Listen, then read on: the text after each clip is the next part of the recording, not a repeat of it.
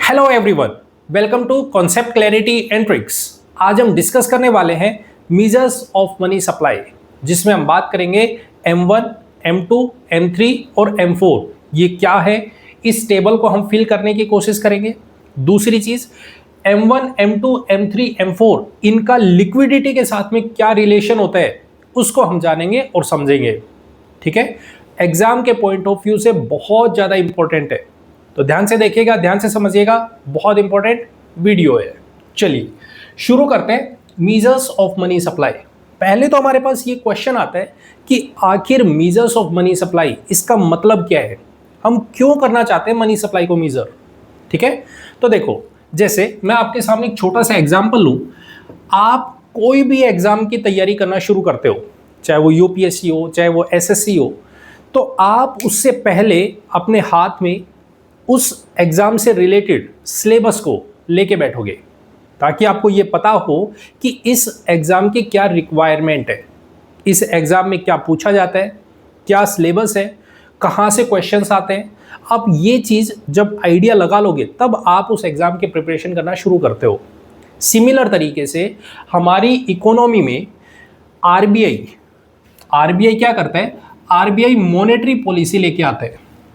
अब monetary policy लेके आएगा ताकि हमारी इकोनॉमी अच्छे से गवर्न हो। अब उसके लिए आरबीआई को ये तो पता होना चाहिए ना कि हमारी इकोनॉमी में मनी सप्लाई कितनी है। अगर हमें यही नहीं पता कि इकोनॉमी में टोटल मनी सप्लाई कितनी है, तो हम कैसे एक अच्छी मॉनेटरी पॉलिसी बना सकते हैं और उसको इम्प्लीमेंट कर सकते हैं। उसके लिए हमारे पास में मनी सप्लाई को मेजर करना बहुत ज़रूरी है। ठीक है, इसीलिए हम मनी सप्लाई को मेजर करते हैं और उसको मेजर करते हैं M1, M2, M3, M4 के बेसिस पे। ठीक है, पॉइंट क्लियर।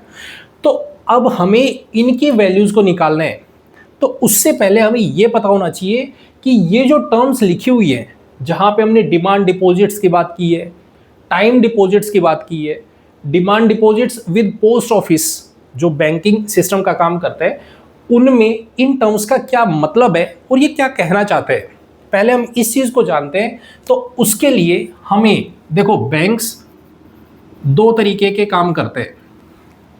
ठीक है, क्या है अभी समझेंगे। इससे रिलेटेड हम दो टर्म्स को जानते हैं, और वो है एक जिसको हम बोलते हैं एसेट्स, और दूसरी टर्म है जिसको हम बोलते हैं लायबिलिटी। बहुत आराम से समझेंगे, एक एक चीज को पूरा डिटेल से समझने की कोशिश करेंगे और बहुत इजीली समझने की कोशिश करेंगे। ठीक है, तो देखो, एसेट्स क्या है। एसेट आप ऐसे समझिएगा, एसेट वो चीजें हैं जो आपको इन फ्यूचर इनकम प्रोड्यूस करके देगा। ठीक है, इनकम जनरेट करके देगा आपको। जैसे मान लेते हैं एक छोटी सी कोई मशीन लेके आए आप, जैसे एक गन्ने का जो जूस निकालने वाले हैं, उसने एक जूस निकालने वाली मशीन परचेज की। अब वो जो मशीन है, वो मशीन उसके लिए एसेट का काम करेगी। एसेट मतलब वो उसको इनकम जनरेट करके दे रही है। जैसे कोई फैक्ट्री है, कोई भी मशीन हो गई, वो उसको इनकम जनरेट करके दे रही है। These are assets. Assets tangible भी हो सकते हैं, इनटेंजिबल भी हो सकते हैं। ठीक है, वो आगे चल के हम डिस्कशन करेंगे, जब बैंकिंग सिस्टम डिस्कशन करेंगे। तो एसेट वो चीजें हैं जो इनकम जनरेट करती हैं, इनकम जनरेटर। ठीक है, पॉइंट क्लियर। दूसरी चीज होती है लायबिलिटी। लायबिलिटीज का मतलब होता है रिस्पॉन्सिबिलिटी। एक तरीके से आप ऐसा समझिएगा, रिस्पॉन्सिबिलिटी है। जैसे मैं आपके सामने बात करूं, आपने किसी से लोन लिया, आपने किसी से पैसे उधार ले लिए। ठीक है, तो आपको वो पैसे वापस रिटर्न करने पड़ेंगे उसको, तो वो आपकी रिस्पॉन्सिबिलिटी है, वो आपकी लायबिलिटीज होंगी। ठीक है, जो आपको रिटर्न करना है, तो लायबिलिटीज। अब इसी चीज को हम, अगर यदि मैं बात करूं रिटर्न, पे बैक। ठीक है, आप इसी चीज को अब बैंकिंग सिस्टम पे अप्लाई करके देखिएगा। बैंक में आपको दो चीजें देखने को मिलेंगी। क्या? पहली चीज तो डिपॉजिट्स। कोई बंदा आएगा जो बैंक में कहेगा कि भाई मैं आपको कुछ डिपॉजिट्स देना चाहता हूं या डिपॉजिट करना चाहता हूं। आप कहीं भी जैसे जॉब करते हो, एक एग्जांपल लेते हैं, आप कहीं जॉब करते हो, ये कोई बंदा है ए, ठीक है, ये बंदा जॉब में मान लेते हैं 50,000 रुपये ये कमाते हैं, इसकी इनकम है 50,000 रुपये। अब 50,000 में से इसको जितना भी खर्चा करना है वो खर्चा करेगा, मतलब उसको साइड में निकालेगा कि भाई मेरा मंथली जो एक्सपेंस है वो 20,000 का है, मेरे पास में जो बचे वो 30,000 है। अब इस 30,000 में से मैं ऐसा करता हूं कि अब सारे के सारे, अब उस 30,000 को ये ऐसा तो है नहीं कि वो रखेगा अपने हाथ में रखेगा उस पैसे को ये सोचेगा कि चलो मैं इस पैसे को डिपॉजिट कर देता हूं बैंक में। तो वो डिपॉजिट करने जाएगा तो ये सोचेगा कि हो सकता है कल को अचानक से कोई बीमारी आ जाए, अचानक से कोई प्रॉब्लम आ जाए, तो मेरे हाथ में कुछ रुपए होने चाहिए। ठीक है, तो वो रुपए अपने हाथ में रखेगा। सपोज करते हैं कि वो फ्यूचर के लिए सोच रहा है कि 10,000 रुपए मैं अपने हाथ में रखता हूं कि अगर अचानक कोई ऐसे इमरजेंसी आ जाती है तो मैं उसको यूज कर सकता हूं। और जो 20,000 रुपए है वो मैं जाके डिपॉजिट कर देता हूं बैंक में। तो यहां पे इस बंदे ने क्या सोचा, 20,000 रुपए जाके मैं डिपॉजिट कर देता हूं। ठीक है, अब ध्यान से सुनना और समझना, ये डिपॉजिट करने गए। अब डिपॉजिट ये दो तरीके से कर सकते हैं, इसकी जो डिपॉजिशन होगी बैंक में वो दो तरीके से हो सकती है। क्या, या तो ये इस डिपॉजिट को वो बोले कि मैं जब चाहूं तब मुझे ये पैसे वापस दे देना। ध्यान से समझो, डिपॉजिट करने गए बैंक में, इस पैसे को डिपॉजिट करने गया तो ये पैसा बैंक की लायबिलिटी है या फिर एसेट है, बैंक को वापस रिटर्न करना है। ये बंदा जब भी चाहेगा उस पैसे को वापस ले सकता है। तो इसका मतलब ये पैसा बैंक को वापस रिटर्न करना है, पे बैक। इसका मतलब ये एक टर्म होगी लायबिलिटी। अगर कोई बंदा जिसके पास में एक्स्ट्रा पैसा है वो बैंक में डिपॉजिट करने गया, वो डिपॉजिशन उस बैंक के लिए लायबिलिटी का काम करेगा। ठीक है, लेकिन अब समझो, इसी टर्म को समझना, डिपॉजिट, ये डिपॉजिट एक आदमी है, जैसे मान लीजिए सपोज करो आई, जिसको मैंने बोला ए। ठीक है, ए है, वो डिपॉजिट करने गए। कहां पे गए, बैंक में। ठीक है, जब ए बैंक में डिपॉजिट करने गया तो ए के लिए ये जो डिपॉजिशन है, क्योंकि ऑब्वियस है उसको ये बैंक में डिपॉजिट करने क्यों जा रहे हैं, पहला क्वेश्चन तो ये आएगा दिमाग में कि ये जो ए बंदा है बैंक में डिपॉजिट करने क्यों जा रहा है। क्योंकि इसको लगता है कि ये जो पैसा डिपॉजिट करने जाएगा बैंक में तो उस पैसे पे इसको बैंक कुछ रिटर्न में देगा। रिटर्न का मतलब है इंटरेस्ट देगा, 2%, 3%, 4%। मान लो ये 100 रुपए डिपॉजिट करने गया तो एक साल बाद में मान लेते हैं कि उस बैंक इसको 5% इंटरेस्ट दे रहा है, तो इसको 105 रुपए मिलेंगे वापस। तो इस चक्कर में कि भाई मेरे पैसे बढ़ के आएंगे, मेरे को इंक्रीज देखने को मिलेगा, 100 रुपए डिपॉजिट करूंगा तो 105 रुपए मेरे को मिलेंगे। ठीक है, तो इस बेसिस पर ये डिपॉजिट करने जा रहे हैं। क्लियर एकदम। तो इसके लिए ये कमाई कर रहा है, कमाई हो रही है इसके लिए, तो इसका मतलब ये हो गया इसके लिए एसेट। ए बंदे के लिए ये एसेट है। ठीक है, इसका डिपॉजिट एसेट है। लेकिन दूसरी तरफ बात करते हैं बैंक, क्योंकि बैंक को ये पैसा वापस रिटर्न करना है, ये बैंक वापस ही इस पैसे को रिटर्न करेगा। ये कभी भी जा सकता है, कहेगा लाओ भाई मेरा पैसा दे दो, तो बैंक की ये बन जाएगी लायबिलिटी। ठीक है, पॉइंट समझ आ गया। एसेट, लायबिलिटी, जो बंदा डिपॉजिट करने गया उसके लिए एसेट, बैंक के लिए लायबिलिटी। तो हमें यहां पे जो टर्म समझने को मिलेगी वो देखने को मिलेंगी बैंक की लायबिलिटीज, बैंक से रिलेटेड लायबिलिटीज। यहां पे आपको देखने को मिलेगा डिमांड डिपॉजिट्स या डिमांड बैंकिंग लायबिलिटीज। इस टर्म में आप देख सकते हो इस चीज को। Point clear. तो ये लायबिलिटीज है बैंक की। अब ये जो लायबिलिटी है, अगर हम इसके बारे में बात करते हैं तो हमें ये दो तरीके से देखने को मिलेगी। कैसे, देखो समझो इस चीज को। मान लेते हैं हम ये जो डिपॉजिट की बात कर रहे हैं, ये डिपॉजिट दो तरीके का हो सकता है, दो तरीके का, क्योंकि हम इस टेबल से रिलेटेड बात करना चाहते हैं। बैंकिंग सिस्टम में इस चीज को अच्छे से और डिटेल में डिस्कशन करेंगे। यहां पे हम डिपॉजिट के बारे में बात करें तो डिपॉजिट हमारे पास दो तरीके का हो सकता है।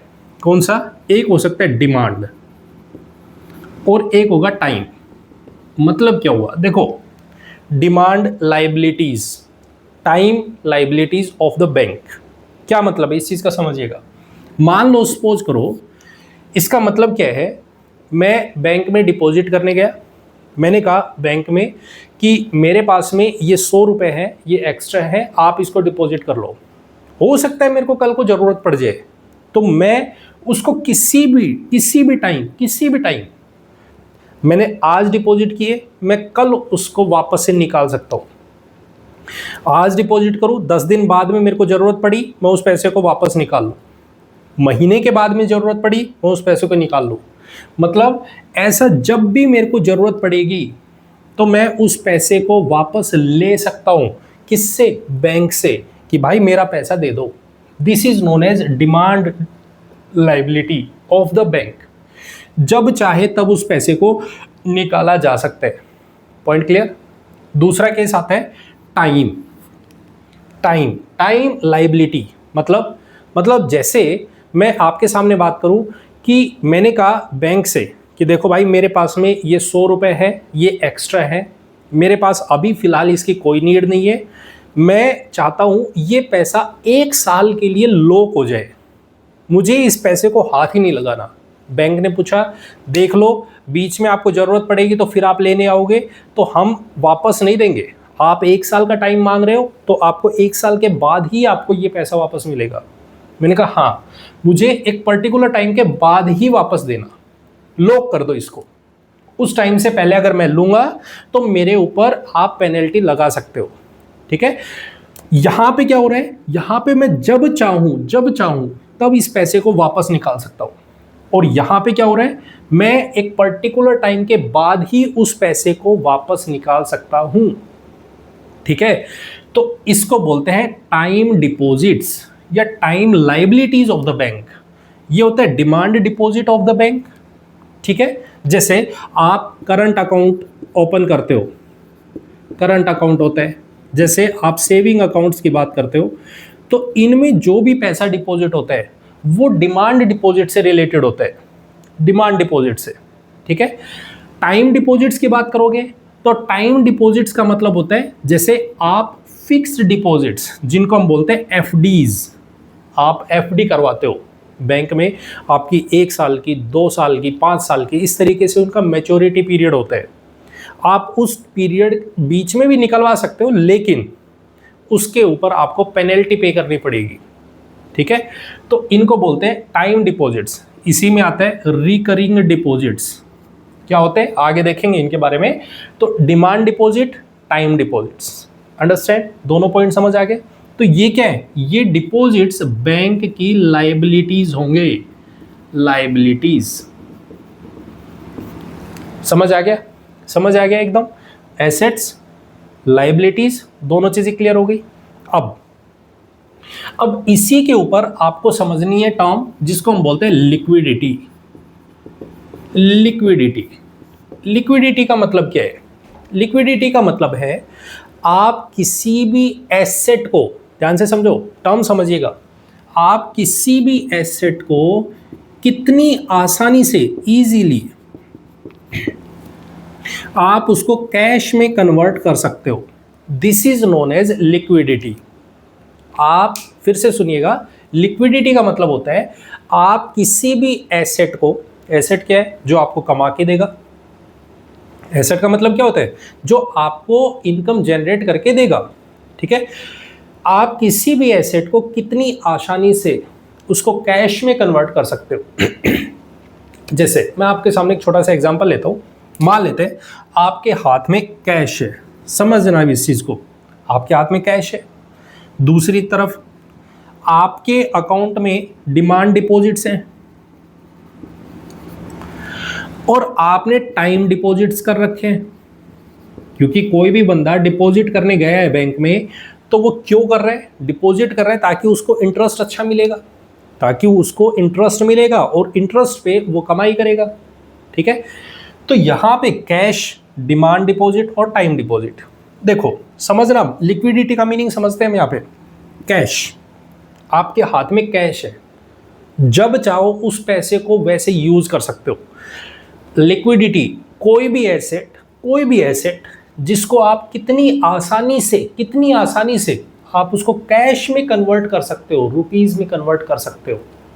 ठीक है, तो देखो आपके हाथ में ऑलरेडी कैश प्रेजेंट है, तो इसको हम बोलेंगे लिक्विड या इलिक्विड?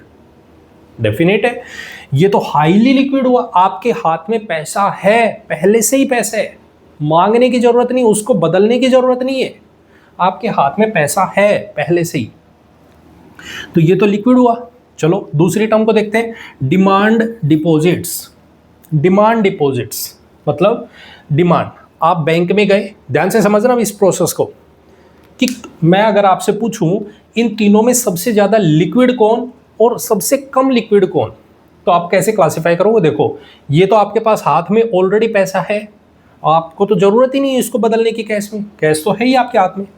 दूसरा है डिमांड डिपॉजिट्स, आप बैंक में जाओगे, आपके दिमाग में चल रहा है यार मेरे को 1000 रुपए की ज़रूरत है, या मैंने 100 रुपये डिपॉजिट किए थे बैंक में, वो 100 रुपये मुझे निकाल के लाने। ठीक है, तो आप क्या करोगे? बैंक में जाओगे, लाइन में लगोगे, आप वहाँ पे एक स्लिप फिल करोगे, फिर उसके बाद आप उस स्लिप को डिपॉजिट करोगे, उसके बाद आपको वो कैशियर वापस इन रिटर्न आपको पैसे निकाल के देगा। यहाँ पे आपके हाथ में ऑलरेडी पहले से पैसा था, यहाँ पे जब आपका मन चाहा, मैंने आज डिपॉजिट किया, 10 दिन बाद मेरा मन किया, मैं गया, मैंने पैसा निकाल लिया। ठीक है, हाथ में पैसा नहीं है। तीसरा टाइम डिपॉजिट, मैं इसको एक पर्टिकुलर टाइम के बाद ही पैसा निकाल सकता हूँ।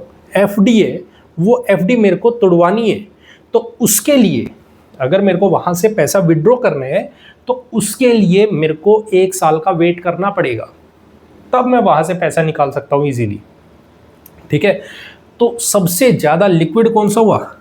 कैश, उसके बाद डिमांड डिपॉजिट्स और सबसे कम टाइम डिपॉजिट्स। मतलब हमारे पास में लिक्विडिटी, एसेट को, किसी भी एसेट को आप कैश में कन्वर्ट कितनी आसानी से कर सकते हो। अब आप इसी चीज़ को समझिएगा, जैसे अगर मैं बात करता हूँ गोल्ड की, और अगर मैं बात करता हूँ कोई हमने घर बेचना है, मान लेते हैं हमारे पास में कोई घर है, अब उस घर को हम बेचना चाहते हैं। ठीक है, तो इन दोनों में से कौन सा ज़्यादा लिक्विड है? देखो आप गोल्ड को बेचने के लिए जाइए मार्केट में, आप उस गोल्ड को बेचने के लिए जाओगे तो आपको वहाँ पे बहुत सारे लोग खरीदने वाले मिलेंगे, बहुत सारे लोग, भाई मेरे को गोल्ड दे दो, मेरे को गोल्ड दे दो, बहुत सारे लोग मिलेंगे, आप गोल्ड को बेच सकते हो। लेकिन आप एक घर को बेचना चाहते हो, अगर आप उस घर को सेल करना चाहते हो तो आप पहले ये ढूंढने की कोशिश करोगे कि किसको घर खरीदने की ज़रूरत है। अब मन चाहे उसको तो पकड़ के आप ये नहीं कह सकते कि भाई आप हमारे घर ले लो, नहीं कह सकते। तो घर को अगर आप बेचना चाहते हो तो आपको वेट करना पड़ेगा कि यार कोई बंदा आए जिसको ज़रूरत है, घर की ज़रूरत है। अब हो सकता है किसी बंदे को ऐसा हो कि वो कहीं नहीं, मेरे को तो खाली प्लॉट चाहिए, घर मैं अपने आप बनाऊंगा, घर बना नहीं चाहिए मेरे को। तो बहुत सारी कंडीशंस आएंगी। इसमें अगर लिक्विडिटी की बात करोगे तो गोल्ड की लिक्विडिटी बहुत ज़्यादा है एज कंपेयर टू किसी भी रियल एस्टेट को आप बेचना चाहोगे, वो इन कंपेयर किसकी, गोल्ड की कंपेयर हमें देखने को मिलेगा लेस लिक्विड होता है। पॉइंट क्लियर है? तो लिक्विडिटी टर्म समझ आ गई, एसेट क्या होता है समझ आ गया, लायबिलिटी क्या है समझ आ गया। अब हम इसी के बेसिस पर हम इस टर्म्स को M1, M2, M3, M4 इनको फिल करने की कोशिश करेंगे। ठीक है, और इसे हम यूज करेंगे और भरने की कोशिश करेंगे इस पूरी टेबल को। देखिए समझते हैं इस चीज को। सबसे पहले हमारे पास है M1। पहले हम यहाँ पे जो जो मैंने मेंशन किया है, अब इस चीज को समझ लेते हैं, उसके बाद हम इन टर्म्स को फिल करेंगे। देखो मीजर्स किस तरीके से मीजर करेंगे, M1, M2, M3, M4, M0 क्या है इसको भी देखेंगे। पहला हमारे पास currency with public. Currency with public मतलब आप इसको ये समझिएगा cash in hand. Cash in hand, लोगों के हाथ में पैसा है, ये जो पैसा है वो लोगों के हाथ में होगा। ठीक है, ठीक है, कैश लेके चल रहे हैं मतलब ये हाईली लिक्विड है, हाईली लिक्विड। ठीक है, इसको तो बदलने की जरूरत ही नहीं है, लोग हाथ में पैसा लेके घूम रहे हैं, कोई दिक्कत नहीं है। दूसरा हमारे पास में कॉमर्शियल बैंक्स, जो बैंक हमारे पास में है उनके पास में डिपॉजिट्स कर रखे हैं, और वो डिपॉजिट्स है, एक डिमांड डिपॉजिट, दूसरा है टाइम डिपॉजिट। ठीक है, पॉइंट क्लियर, एक डिमांड डिपॉजिट है, दूसरा टाइम डिपॉजिट है। तो आपको समझ आ गया होगा कि कौन सा ज्यादा लिक्विड है। तो आप ऑब्वियस है, आप डायरेक्ट कह सकते हो डिमांड डिपॉजिट्स बहुत ज्यादा लिक्विड होते हैं as compare to time deposits. ठीक है, उसके बाद तीसरी हमारे पास में पोस्ट ऑफिस सेविंग बैंक्स, ये भी वही सेम चीज बता रहे हैं, डिमांड डिपॉजिट्स टाइम डिपॉजिट्स। अब इसमें भी आप बता सकते हो डिमांड डिपॉजिट्स होते हैं वो हाईली लिक्विड होते हैं as compare to time deposits. Point clear. तो अब हमें यहाँ पे लिक्विडिटी के बेस पे अगर हम बात करें तो हमारे पास में M1 हाईली लिक्विड होता है M2 से, M3 से, M4 से। मतलब अगर लिक्विडिटी हम देखते हैं, देखो इसी के बेसिस पे हम बहुत आसानी से इस टेबल को फिल करेंगे। हमें ये पता है लिक्विडिटी M1 की सबसे ज़्यादा और M4 की लिक्विडिटी सबसे कम, सबसे कम। कैसे, देखो अब समझो इस चीज़ को। देखिए चलो फिल करना शुरू करते हैं। सबसे पहले करेंसी विद पब्लिक, लोगों के हाथ में पैसा होगा। तो यहां पे हम चारों के चारों में ये चीज देखते हैं कि ये अज्यूम करते हैं कि हर कंडीशन में लोगों के हाथ में पैसा तो होगा ही होगा। ठीक है, ये चारों में होगा। ठीक है, इसके लिए इससे रिलेटेड कोई टेंशन नहीं है। मान लो ये 100 रुपए है तो 100 रुपए सबके हाथ में है, कैश है, सबको मान लिया। ठीक है, कैसे मेजर कर रहे हैं अब उस चीज को देखते हैं। ठीक है, पॉइंट क्लियर। अब M1 क्योंकि ये हाईली लिक्विड है, हाईली लिक्विड है, तो ये बैंक्स से रिलेटेड, बैंक में जो डिमांड डिपॉजिट है, डिमांड डिपॉजिट और टाइम डिपॉजिट, M1 रिलेट करता है बैंकिंग सिस्टम से, और वो भी कॉमर्शियल बैंकिंग से। ठीक है, पोस्ट ऑफिस वाले जो बैंक हैं, पोस्ट ऑफिस वाले बैंक्स में हमें डिपोजिशन जो देखने को मिलेगा वहाँ पे कम लिक्विडिटी देखने को मिलेगी। लेकिन अभी सिर्फ इतना समझिएगा, कॉमर्शियल बैंक्स में जो डिमांड डिपॉजिट्स है, बैंकिंग सिस्टम में जो डिपॉजिट्स है, और वो भी डिमांड डिपॉजिट, तो M1 सिस्टम हमारे पास में डिमांड डिपॉजिट लेके चलेगा, और वो लेके चलेगा demand deposit plus currency with public. Point समझ आ गया। तो M1 क्या है, M1 होता है हमारे पास में, M1 that is equals to किसके बराबर होगा, करेंसी विद पब्लिक, तो C.U, लोगों के हाथ में जो पैसा है, कैश, कैश इन हैंड। ठीक है, आप सीधा लिखिए इसको, cash plus demand deposits of banks. M1 है that is cash plus demand deposits of banks.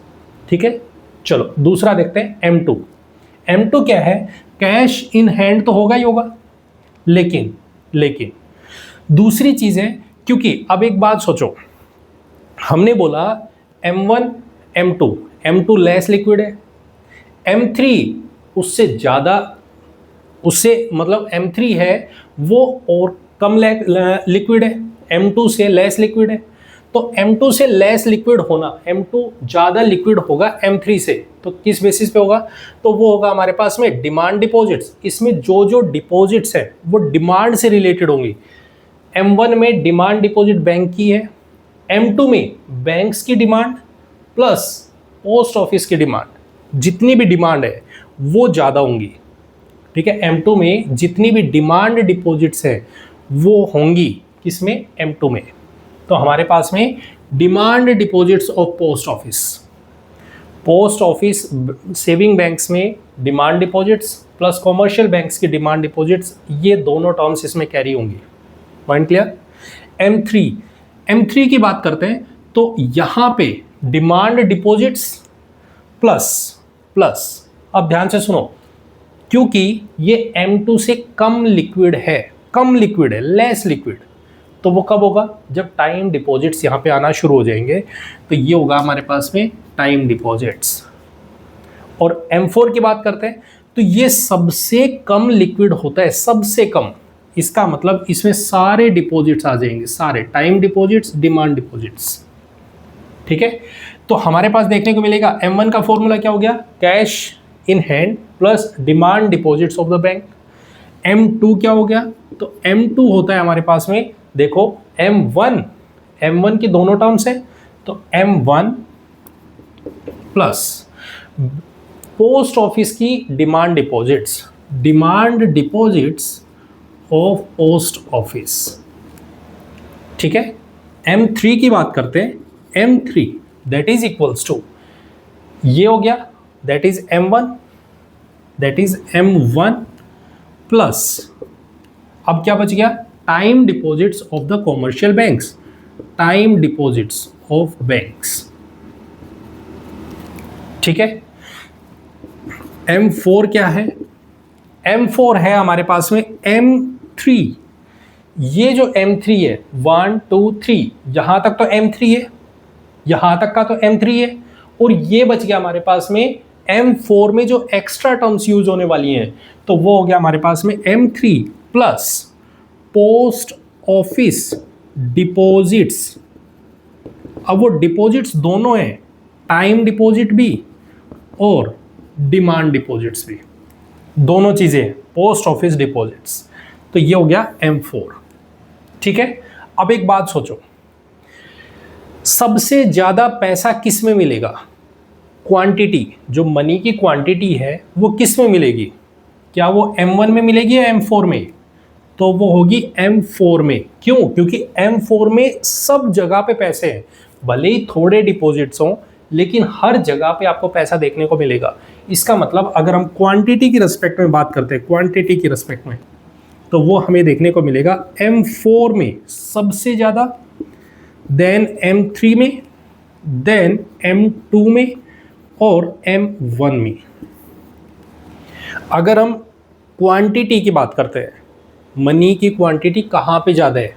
M4 में सबसे ज़्यादा, उसके बाद M3, M2, M1 में। Point clear? लिक्विडिटी M1 में सबसे ज़्यादा, क्वांटिटी M4 में सबसे ज़्यादा। Point clear? अब एक छोटा सा पॉइंट और जिसको समझना है, यहाँ पे ये जो मनी है M1 M2 में, M1 और M2, इसको हम बोलते हैं नैरो मनी। नैरो मनी का मतलब क्या हो गया? क्वांटिटी है वो थोड़ी है, उतनी ज़्यादा नहीं है, थोड़ी क्वांटिटी है। M3 और M4 इसको बोलते हैं हम ब्रॉड मनी। ठीक है, M3 M4 को क्या बोलते हैं? Broad money. M1 और M2 को बोलते हैं narrow money. Clear? Point clear हो गया? तो M1 M2 M3 M4 क्या होते हैं? समझ आ गया आपको? टेबल समझ आ गई? अब M0 क्या है? क्या है ये? M0 होता है RBI, जैसे हमारे सिस्टम में, हमारी जो इकोनॉमी है उसमें पैसा आया है, कहाँ से आया है? वो RBI ने प्रिंट किए। ठीक है, तो RBI ने जितने रुपए प्रिंट किए हैं, प्रिंटेड मनी, जितना RBI ने इंजेक्ट किया है, ठीक है, RBI ने जितना भी पैसा बनाया है, वो जो पैसा है उसको बोलते हैं M0, जिसको हम बोलते हैं हाई पावर्ड मनी। ये पैसा RBI ने प्रिंट किया और उसको प्रिंट करके इकोनॉमी में इंजेक्ट कर दिया, इकोनॉमी में छोड़ दिया कि जाइए अब आपका यूज होगा, मनी सप्लाई बढ़ाई जाएगी, कम की जाएगी, वो इसी के बेसिस पर होती है। तो मनी सप्लाई M0, ठीक है, क्या है? हाई पावर्ड मनी का मतलब ये पैसा RBI ने प्रिंट किया और उसको इकोनॉमी में डाल दिया। पॉइंट क्लियर है? तो ये होता है M0। क्लियर एकदम? तो ये हमारे पास है M1 M2 M3 M4। इसी के बेसिस पर हम आगे डिस्कशन करेंगे मनी मल्टीप्लायर क्या होता है, उसका क्या रोल है, किस तरीके से उसको यूज किया जाता है, उसको हम जानेंगे और समझेंगे। Point clear? पॉइंट क्लियर है? तो ये हमारे पास में measures of money supply. I hope आपको वीडियो अच्छी लगी है। वीडियो अच्छी लगी तो इसे लाइक, कमेंट एंड शेयर जरूर करें।